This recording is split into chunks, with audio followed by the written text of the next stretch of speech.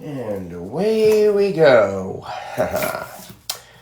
Welcome once again to TikTok Live, where we are supposed to do our best to entertain the masses, while at the same time not going over TikTok's community guidelines, which means don't you dare say anything bad about our paid advertisers.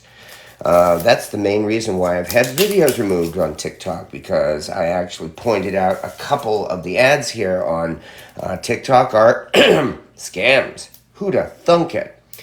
But nonetheless, good morning, everybody, and welcome to my kitchen on this Saturday morning as I am preparing supper for tonight. And this has to be done well in advance because I'm going to be spending the entire day, or at least the next 8 hours or more, slow cooking a pot of homemade Boston baked beans. One of my favorite things to make since I was born and raised in New England, where we would regularly have a traditional Saturday night New England supper, which of course would be Franks and beans, Boston baked beans served with Franks or hot dogs. And this is a tradition I'm very much glad to continue, even though I'm no longer living in Massachusetts.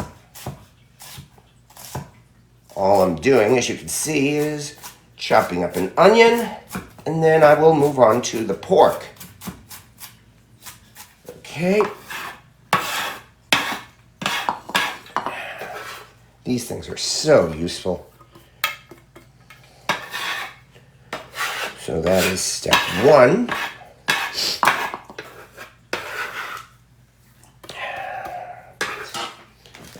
Boston baked beans are made with pork traditionally, and while they often use bacon or salt pork, I have no problem with just simply throwing in a couple of so-called country-style pork ribs because they were cheap.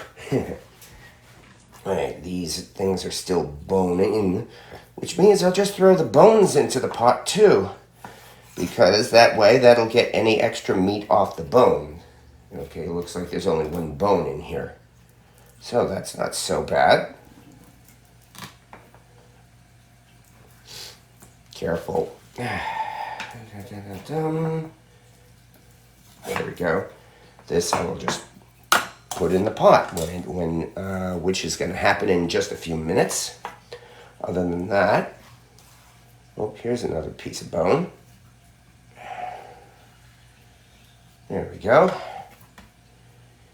And now it's just a matter of cutting it all up.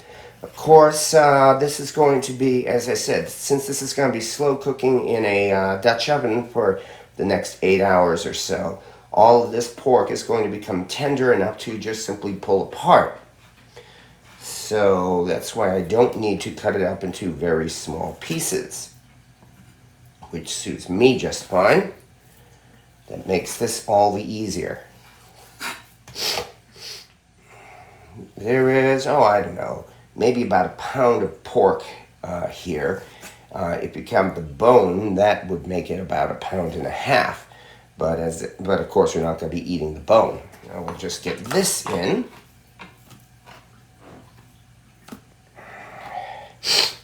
So yes, indeed, this is not a vegetarian dish, nor was it ever intended to be, nor do I want it to be. And now to bring out the star of the show, the other star of the show. One would be the beans, of course, but the other would be a cast iron Dutch oven.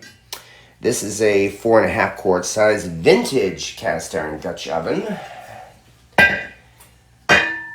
For those of you or us who are cast iron geeks, this is a Birmingham Stove and Range Dutch oven. Oh good, the oven is ready. Red Mountain series, and it is from about the 1930s or so. So yeah, this thing has been cooking a long time, and I'm glad to continue cooking with it. I'm just simply going to prepare the sauce right in the pot, rather than putting it into a bowl or something, because it saves a little bit of time that way. Okay, and we start with 1/3 cup of brown sugar. plop. 1/3 cup of molasses. Molasses coming up. And here's a little trick. Anybody who cooks with molasses, or uses molasses rather, what you need to do is take your measuring cup and grease it first with a couple of drops, or a drop or two, of olive oil. Give it a nice coating of grease here before you put in the molasses. Here we go. It's almost like molasses in January. I like using this brand of molasses because the jar has a very wide mouth to it. Makes it much easier to pour the molasses. Just need a little bit of patience.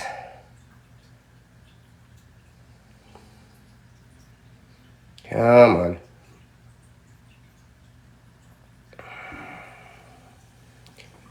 There we go. It is slowly getting out of there. As you can see, I have not had to scrape it out yet.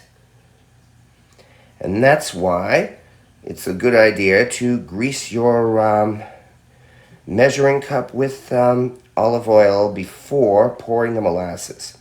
I've tried doing this with honey and it has not worked as well, but it usually works pretty good with molasses. See, almost all of it is gone already. Half a teaspoon of kosher salt.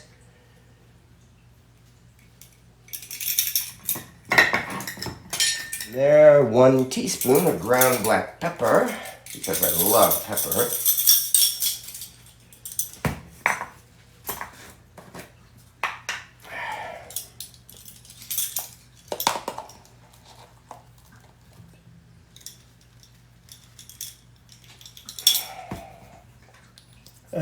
Half a teaspoon of dry mustard.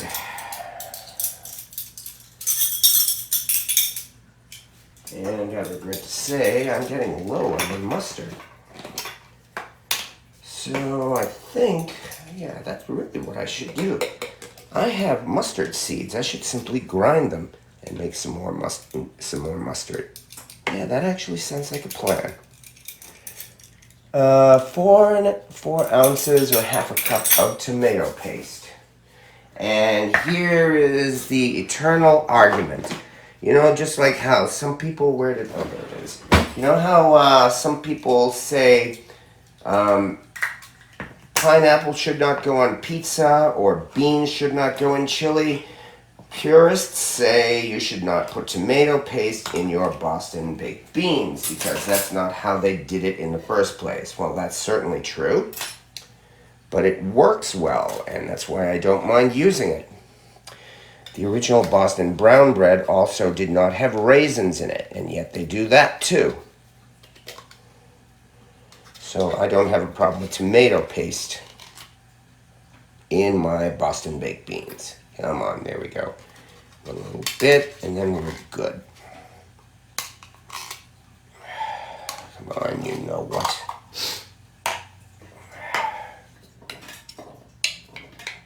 And here is a little thing that I do. Even though we're doing brown sugar, I throw in 1 tablespoon of white sugar. And the reason for this is I'm also throwing in a tablespoon of vinegar. And that's especially to react with the sugar.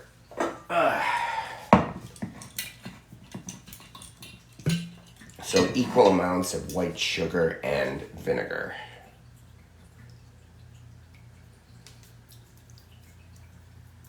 There we go. Okay, and finally, the secret ingredient. Ground cloves, which really gives a unique taste to this, one that I find to be very New England. We put in about a 1/4 teaspoon of ground cloves. And that's about it. That's what I mean. This is not going to take very long at all, because all I have to do now is start mixing it all together.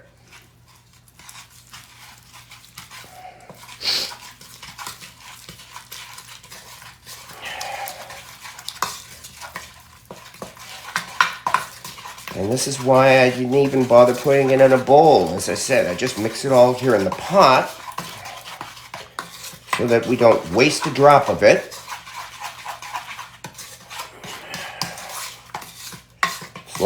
It's almost like we're mixing together a roux here, a cold roux. Because this is indeed the flavor base for our beans. Speaking of which, now that we have mixed together our bean sauce,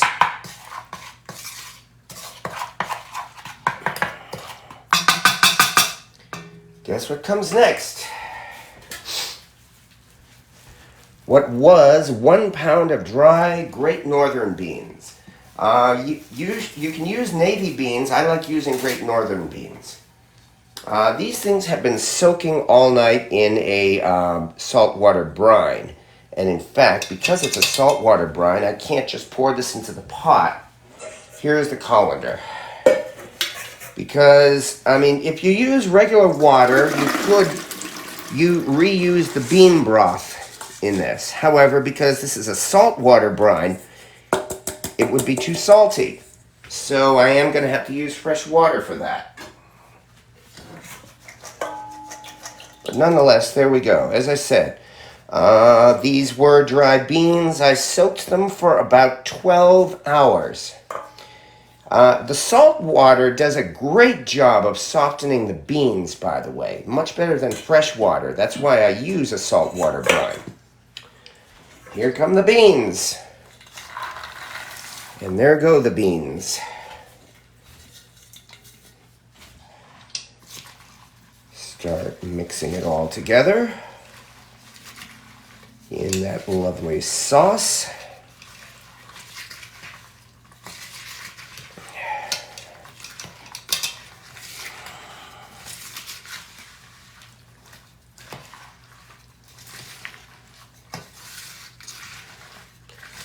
And then into this, we mix in the onions.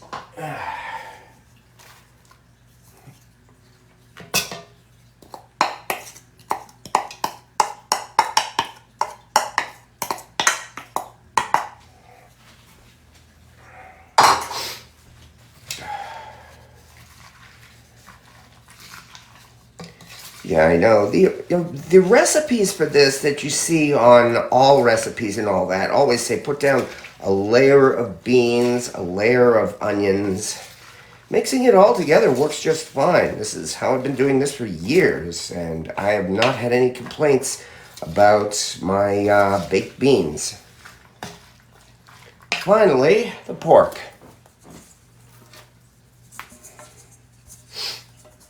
Think I'll add a little bit of extra flavor. Spice up these pork pieces with a little bit of Worcestershire sauce. Which of course has to be Lea & Perrins. There is no other Worcestershire sauce. And finally, here's the bone too. Again, when this is all done, the meat will have come completely off that bone so we don't miss anything. I grew up eating B&M baked beans, which are far better than that Bush's stuff. And when I was a little kid, I was always excited to get that one little piece of pork fat that the B&M put into the can. But why settle for one little piece of pork fat when you, as you can see, you can just fill this thing with pork and chow down. All right, there we go, which means the last step is to add the water. Should make sure that this is level because we need to cover the beans and probably put like half an inch or so of water above it.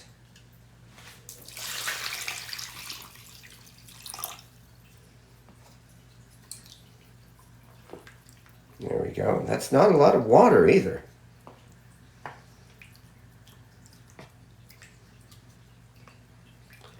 All right, there is, because I'm going to be doing this for 8 hours, there's even a possibility that all of this water could very well evaporate. So in about 5 hours, I'm going to do two things. One, check and see if more water needs to be refilled. And two, chop up some franks, some hot dogs, and mix them in with this. So that when it's all done, we'll have a pot of thoroughly cooked Boston baked beans. And the lid goes on. And our 90-year-old pot is going to start cooking once again. In we go. And that's it.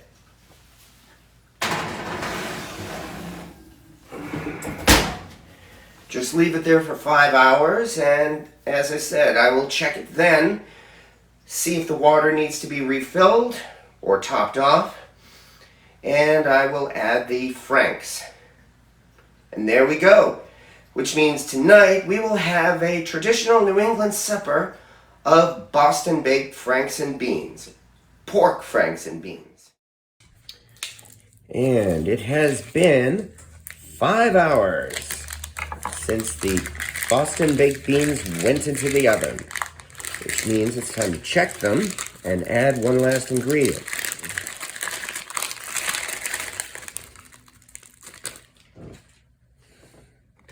In this part, there's really nothing to it, of course. You just cut up some hot dogs.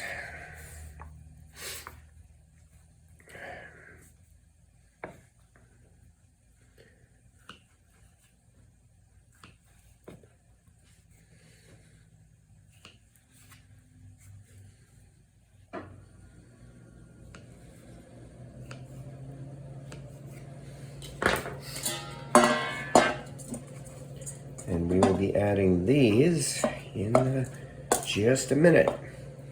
And now it's time to take a look at our beans.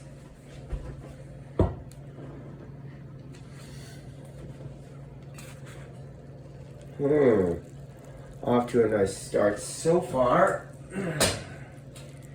And this is why I was concerned about the water. There is still water in this, although definitely I think we need to add some more. Especially after we mix in these hot dogs or these franks, which we will do right now.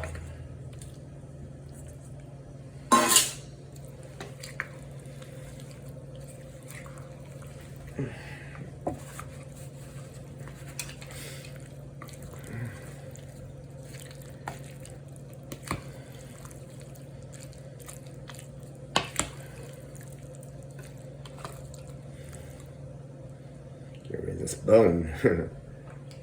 Okay.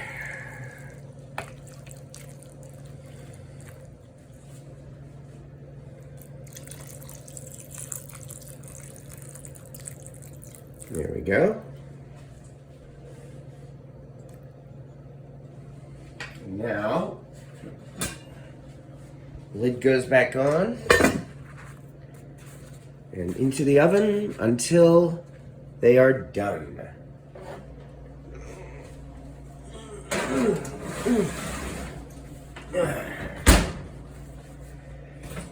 And now in about another 2 to 3 hours, we will be enjoying some Boston baked beans. It is now 3:45 in the afternoon, and that means our Boston baked beans have been in the oven for 7 hours. So it's definitely time to pull them out, and let's see what they look like. And here we go, at last. And voila! Here are our Boston baked beans, with franks mixed in, no less. These things are definitely done, no question about that. There's still plenty of liquid in them. So I think we can safely say these beans are done.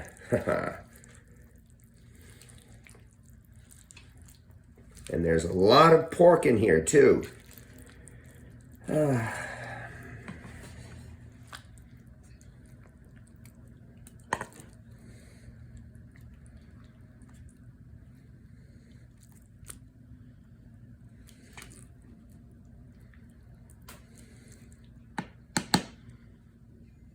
And this is truly something that we can call a New England supper. One I'm quite proud of, too. I hope this inspires you to try this yourself because this is a recipe I'm quite proud of. One I've been making for several years. I feel like I perfected it. And most of all, it is delicious. So let's enjoy ourselves a New England supper of Boston baked beans. And thank you for watching.